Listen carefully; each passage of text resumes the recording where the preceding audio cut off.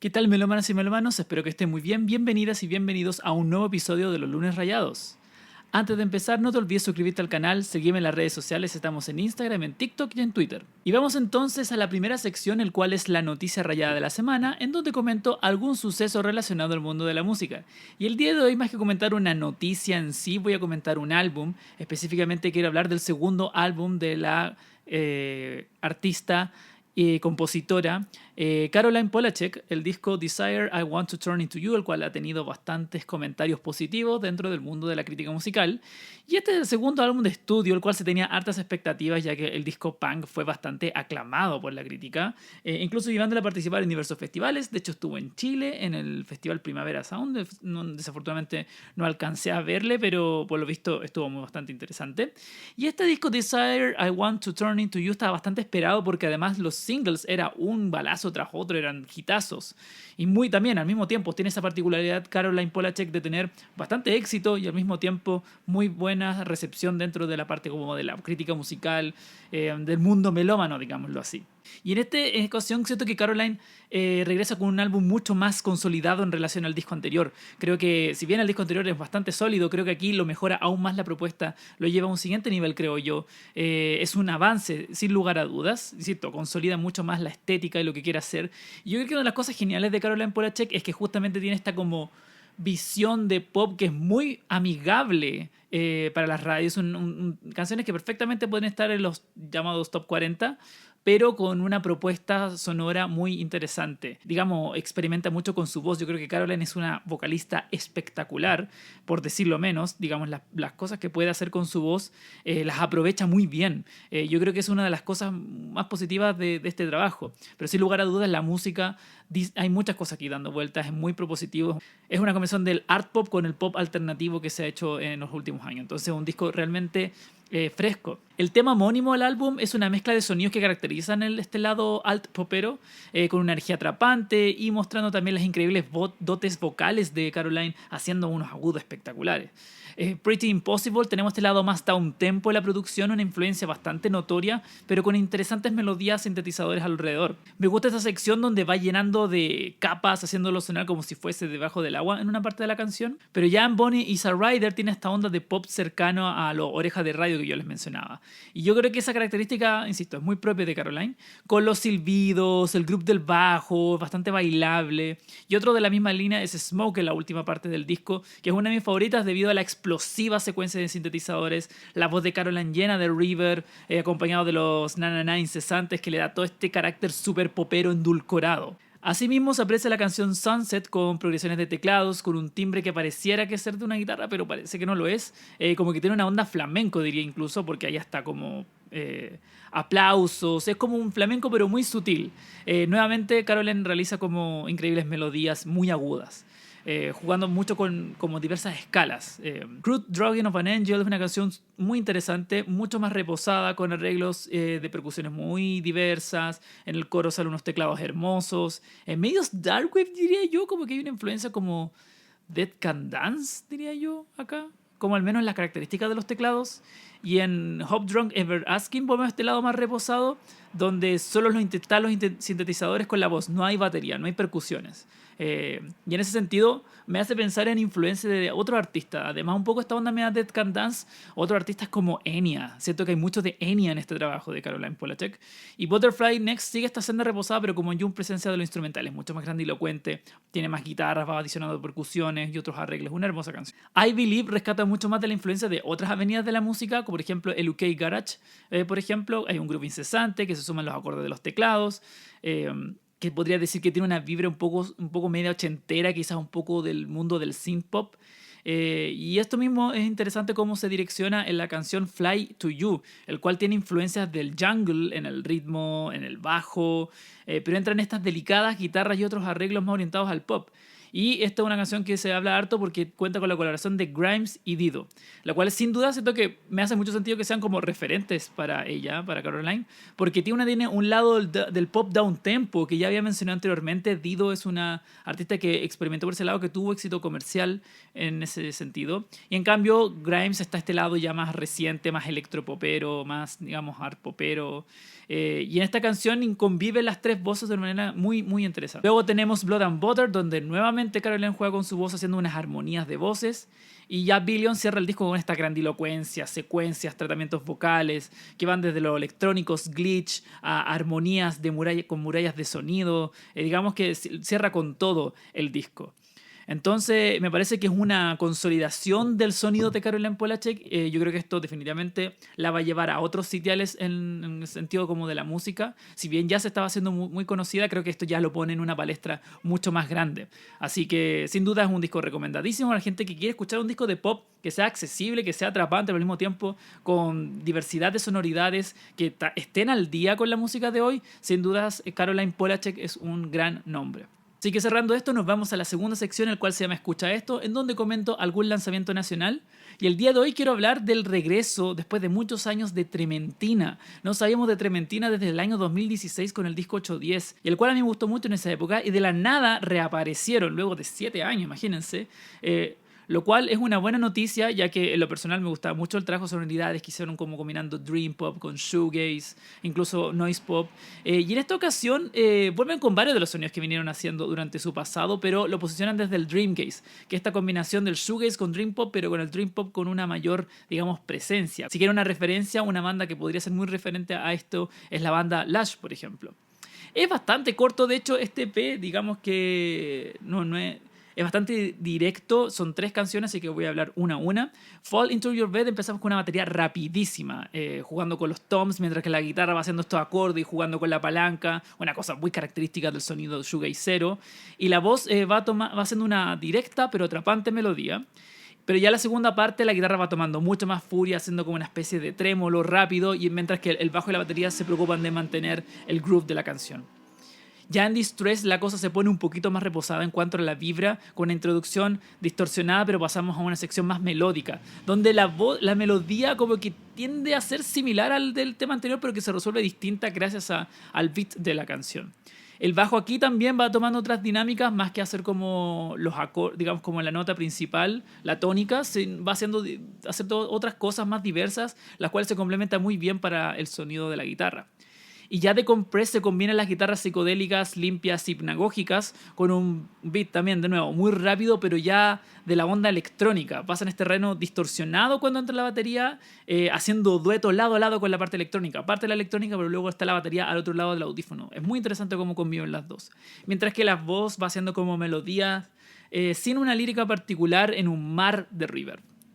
Entonces creo que es un directo, correcto retorno para Trementina, para que reviva y empieces como esta segunda etapa, digámoslo así. Encuentro interesantes las ideas que plantearon acá. Me llama atención lo rápido que es, en el sentido de que no solamente que es corto, sino que los temas van en BPM bastante altos, especialmente en la primera y tercera canción. Y creo que llega un buen momento, ya que han salido diversas propuestas de shoegaze en los últimos años, entonces veremos cómo Trementina retoma su senda en el futuro. Así que más que recomendado, y por supuesto de que es celebrable un regreso de Trementina. Así que genial que estén de vuelta. Vamos entonces a la tercera sección, en donde les comento lo que escuché esta semana, y en el 3x3 que va a aparecer a continuación notarán de que partí escuchando este disco de Toshihiro Takahashi, que es quien fue miembro de la banda Yellow Magic Orchestra, el disco New Romantic, digamos como New Wave, que tiene un sonido de teclado bien particular, y esto es un disco bastante especial en cuanto al tratamiento de los teclados. Me gustó mucho en ese sentido. Luego escuché Brand X, el disco Unorthodox Behavior, que yo no estaba familiarizado, pero este es como un proyecto jazz rock de Phil Collins. El mismísimo Phil Collins. Obviamente él es un baterista espectacular, especialmente esta época proguera de Genesis. Aquí como que se fue en una dirección más jazz rock. Lo disfruté mucho como instrumental, los ritmos, estaba muy bueno. Luego escuché el nuevo disco de Yo La Tengo. Me encantó el disco nuevo de Yo La Tengo, porque tiene esta cosa como post-rock en su música, digamos, como esta construcción de atmósfera que se suma a este sonido también indie rockero de la banda. Y también hay elementos, influencias de otras cosas como el krautrock. Es un retorno espectacular. Habían sacado cosas en el último tiempo, Yo La Tengo, pero no habían sido tan interesantes como esta. Yo diría que es una vuelta en forma de la banda, y considerando que tiene casi 40 años este proyecto musical. O sea, es increíble. increíble que sigan haciendo música tan interesante luego de tanto tiempo, como que la creatividad no se acaba nunca. Y muestra de que puedes como seguir haciendo tus proyectos musicales con ambición y con ganas de experimentar. Y yo la tengo, es una banda qué lindo que existan, qué lindo que existe esa discografía, que hagan que se expanda así, como que da gusto que estas bandas geniales que han sacado tantos discos buenos sigan sacando discos buenos. Bueno, me estoy extendiendo mucho. Vamos al siguiente disco, que es el de Carcass. Volví a Carcass y todo gracias a un sueño. Soñé hace unos días atrás que le explicaba a mi mejor amiga, que no es fan del metal, le expliqué disco por disco de Carcass. Y como, no, mira, primero partieron siendo una banda como de gore grind y no sé qué. Y después pasaron al death metal y luego al death metal melódico. Y después pasaron al death and roll. Como que le di la lata en el sueño, básicamente. Entonces desperté y dije, voy a escuchar Carcass mejor. Y eso hice. Y luego me pasé a Fu Manchu, el disco de la excelente banda Stoner Fu Manchu, The Action Is Go. Si te interesa indagar en el sonido de el Stoner, definitivamente Fu Manchu es un gran nombre. Bien pesado. Luego escuché este disco que me recomendó mi amiga Yara Hey, un saludo para ella, que siempre me recomienda música interesante. Y este disco que no había escuchado nunca, de Paradise, se llama Recto Verso. Un disco como de synth pop, diría yo. Pero que también recorre diferentes cosas como del lado más French House, pero es bien ambicioso como todo disco de French House, pero tampoco tan pretencioso. Es un disco muy interesante, lo disfruté un montón. Y luego también escuché este disco de Kelela Raven, el cual también ha sido bien discutido últimamente. Me gustó mucho la diversa experimentación con el mundo de la electrónica, combinando este lado alternative R&B, la performance vocal, por supuesto, que es muy interesante, y como que también va explorando este lado más del mundo de la electrónica. Interesante disco, sin lugar a dudas. Creo que merece sin dudas una pasada. Y luego volví al metal, especialmente este lado más prog del metal, con el Focus de Cynic, un verdadero clásico del death metal más técnico, más proguero, digámoslo así. Ahora que vienen a Chile, supe que vienen a tocar este disco en particular, disco completo. De una vez me animo y voy, una vez me animo y paso a verles. Y cerré este disco escuchando Hela, me gusta mucho Hela, la banda de más rock con, digamos, con brutal prog. Interesante dúo, y aquí como que van experimentando con ruido y electrónica. Hela es una banda que fue realmente creativa.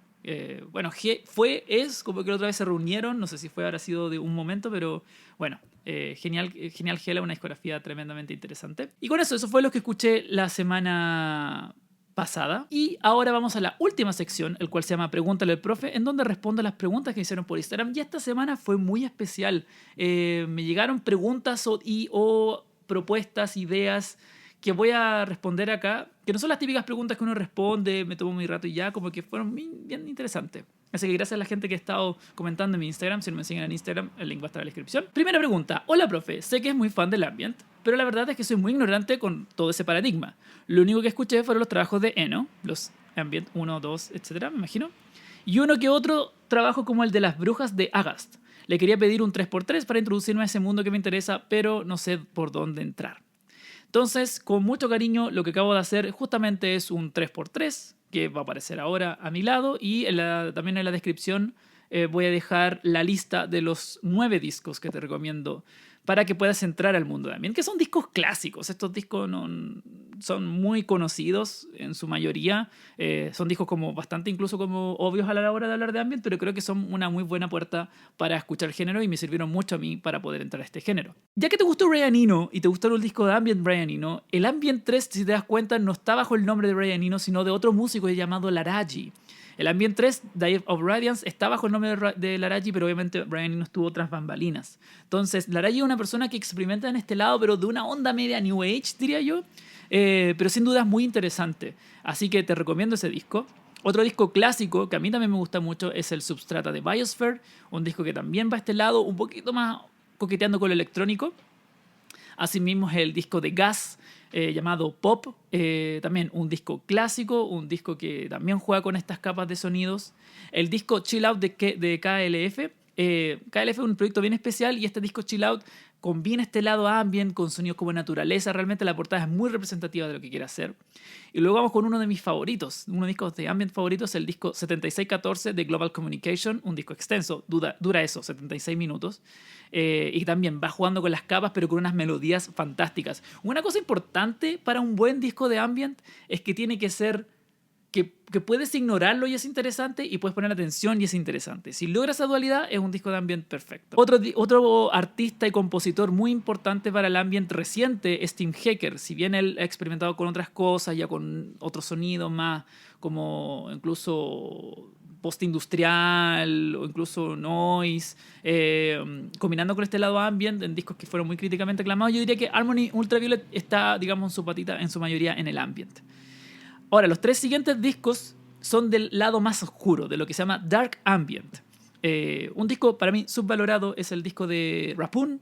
Rapun es parte de un colectivo musical llamado Soviet France, y este disco Darker by Light fue una de mis puertas de entrada al Dark Ambient. Te lo recomiendo mucho. Y también te recomiendo este disco de Hacks and Cloak llamado Excavation. Este me lo recomendó Juan Antonio Carulla del Enemigo, y este disco me hizo cagarme los pantalones de miedo. Espectacular, las capas de sonido son horroríficas en el mejor de los sentidos. O sea, una película de horror podría estar ambientada con esto y realmente es increíble. Entonces, puede ser, el ambient me encanta, que puede ser muy hermoso y de capas muy maravillosas, como también puede ser tremendamente oscuro. Y este para mí es una maravilla de Dark Ambient, como también el disco de Luzmore llamado Heresy, que también es un gran disco de esa misma línea. Así que espero que estos 9 discos te puedan ayudar a ti, persona que me preguntó por Instagram, y también a las personas que están viendo, a que se puedan sumergir en el hermoso mundo del ambient. Y eso, muchas gracias a ti por la pregunta. Vamos a la segunda pregunta. Dice, ¿opinas que es cierta la frase "se necesita consumir arte para hacer buen arte"? Es una pregunta difícil, pero creo que la respuesta es, en general, sí. Hay ejemplos en donde podríamos discutirlo.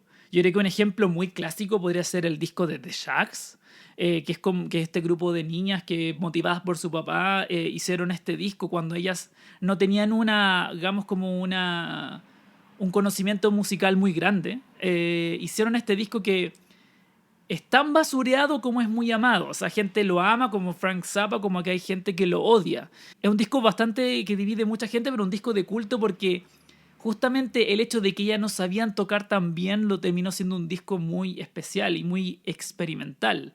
Entonces, claro, tiene esta como búsqueda, esta exploración muy inocente, pero al mismo tiempo es muy alabado. Y ahora conseguir un disco de The Shags, ese disco de The Shags, es una odisea. Hay un canal de YouTube que se llama La Música Arruinó Mi Vida, y hizo un video muy interesante acerca de toda esta historia. Así que ese es un ejemplo de gente que quizás no tenía mucho conocimiento y puede hacer algo particular, ¿no? Pero yo diría que ayuda tremendamente. Consumir o más que consumir, suena muy feo, pero es importante como para poder exhalar es importante inhalar, ¿no? Yo creo que esto es un ciclo eterno. O sea, para alguien que se dedica a esto, también es importante que tenga como conocimiento de la música que quiere hacer. Tal vez no de toda la música del mundo, pero sí creo que debe escuchar lo suficiente como para poder proponer algo. No digo que sea imposible de que si escuchas como limitación, de escuchas muy poco, puedas hacer algo increíble. Puede ocurrir, pero está arriesgándose mucho más a sonar genérico o no tan propositivo. Se nota mucho cuando un artista ha escuchado harta música, y generalmente los artistas que son más propositivos son los que escuchan más música. En general, o sea, es muy difícil que alguien que haya escuchado siempre lo mismo o muy pocas cosas haga cosas súper buenas. Puede que sí, o quizás tenga como un conocimiento de otros lados, ¿no? Entonces, claro, por ejemplo, para alguien que quiere ser buen escritor, tiene que leer, porque el leer también te da vocabulario, te da formas de decir las cosas, vas teniendo una posibilidad de aprender a articular las palabras. Y lo mismo pasa con la música. Me pasó cuando aprendí a tocar guitarra, de que cuando mi profe de guitarra me hizo aprender otro estilo de música, cuando volví a lo que tocaba siempre, que era como más rock o metal, era mejor, porque ya el abrir mi espectro a otras cosas sin dudas ayuda mucho más. Entonces, como que yo nunca diría como que música que, pucha, ese deseado no haber escuchado tanta música porque como que no hago buen arte por culpa de eso. Yo no creo que sea así. Yo creo muy por el contrario. Sin dudas creo que lo mejor es escuchar mucha música, y creo que es una tarea que todo artista debe hacer, y yo creo que en general deberían hacerlo. O sea, deben escuchar mucha música y el beneficio es muy grande. Vamos a la tercera pregunta, el cual también encontré muy interesante. Muchas gracias a la persona que me hizo esta pregunta. Dice, ¿cómo ves el futuro de los festivales en Chile? ¿Hay demanda para tanta oferta? La Marisol García sacó un buen reportaje al respecto, pero me gustaría saber tu mirada, el cual leí directamente, ya que Marisol García para mí es una gran referente en el periodismo musical. Ella es una persona que admiro profundamente. Entonces, por supuesto de que fui de cabeza a leer este artículo y la pluma de Marisol García no falla. Y hay unas citas que quiero leerles muy interesantes acerca de este tema de los festivales a propósito de lo que pasó con el Festival Primavera, que está en duda, desafortunadamente, hasta ahora. Y también con todo lo que ocurrió en el Festival de Viña, todas las polémicas de que sacaron la orquesta y la volvieron a poner, caos en la organización, etcétera, caída de artistas y se suben otro. Entonces, ese desastre, digamos, en estos festivales en los últimos meses, inspiró a Marisol a crear esta columna que la voy a dejar en la descripción en el link, en esta página Culto de La Tercera. Dice: nos gana la ansiedad al revisar cada año el cartel de los festivales con más prestigio, pero de ahí en adelante la balanza entre costo y beneficio usualmente queda cargada en el primer platillo. Cual estoy de acuerdo, efectivamente. Estamos expectantes un poco a las diferentes propuestas que se van haciendo en los festivales, especialmente, bueno, ocurre mucho con el Lollapalooza específicamente, que está súper consolidado aquí en Chile. Pero el tema es con los precios de las entradas, cada vez están más y más elevados. Ocurre que se empieza a desordenar también un poco el panorama. Y aquí viene una pregunta que es muy interesante que dice Marisol, dice, y cito: incluso citas prestigiosas en este país comienzan a mirar cuesta arriba la venta de entradas. Entonces circula ya explícita la sospecha que hasta ahora se mantenía en silencio. ¿Hay público para tanta oferta? Quizás, claro, ocurrió, parece que en la primavera, que no se vendieron tantas entradas como se esperaba. Y no es llegar y montar un festival y que va a ser tremendamente exitoso.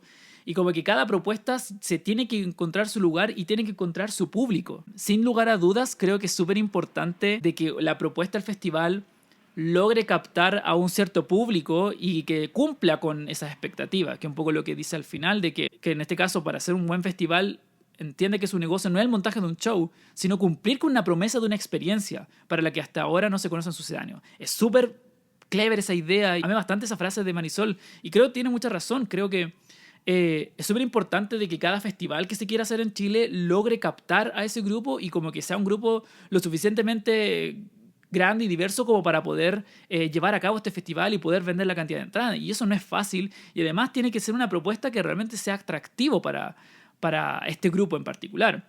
Obviamente el público del Primavera con el público de Lollapalooza son bastante diferentes en el sentido de la curatoría de artistas que tiene llama la atención a otro tipo de gente, como otro público, digámoslo así, y como otros festivales de electrónica lo hacen, como festivales de metal. Por ejemplo, tuvimos el Notfest no hace mucho, que creo que capturó súper bien a este público metalero que aquí en Chile es muy grande, pero igual tuvo sus problemas, igual ese festival, y mente que estuvo súper bien dirigido. Igual se tuvo que bajar Weichafe, por ejemplo, o le quitan ciertos aspectos que lo hacen interesante. De hecho, el mismo artículo lo menciona, de que, claro, el Festival de Viña quitó algo que era muy de la identidad del Festival de Viña. Entonces, y obviamente causó esta reacción de cómo van a sacar la orquesta si es parte de la identidad del festival y un poco de lo que ofrece y de las bondades que tiene. Creo que es súper interesante la pregunta si hay demanda para tanta oferta. Yo creo que si es un festival que se quiere hacer en Chile, debe ir progresivamente para asegurarse de que va a existir la demanda suficiente y va a cumplir con esa demanda para poder llevarse a cabo. Me explico.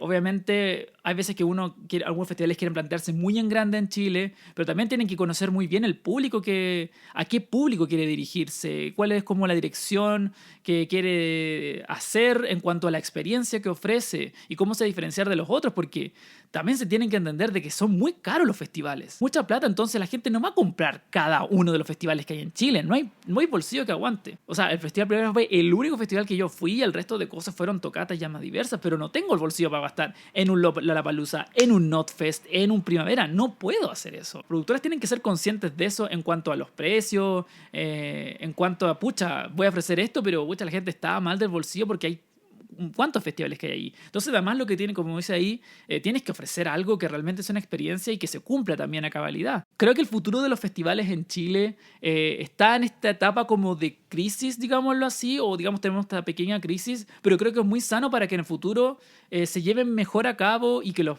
precios también sean accesibles, de que vaya gente que realmente pueda disfrutar este tipo de shows. Creo que la diversificación es súper importante, tanto para los diferentes públicos, el mundo del pop, de la gente que le gusta el metal, la gente que le gusta la electrónica, que hay muchas cosas, muchos festivales, pero también tienen que ser conscientes también las productoras, y ojalá las productoras lean este artículo de Marisol García, de que tienen que ser conscientes de que es un riesgo también poner los precios tan altos. Estas crisis siempre son buenas. Las crisis siempre son buenas en el sentido de que pueden llevar a nuevas cosas, a mejora en todo sentido, de que las cosas funcionen bien, de que sea un ambiente seguro.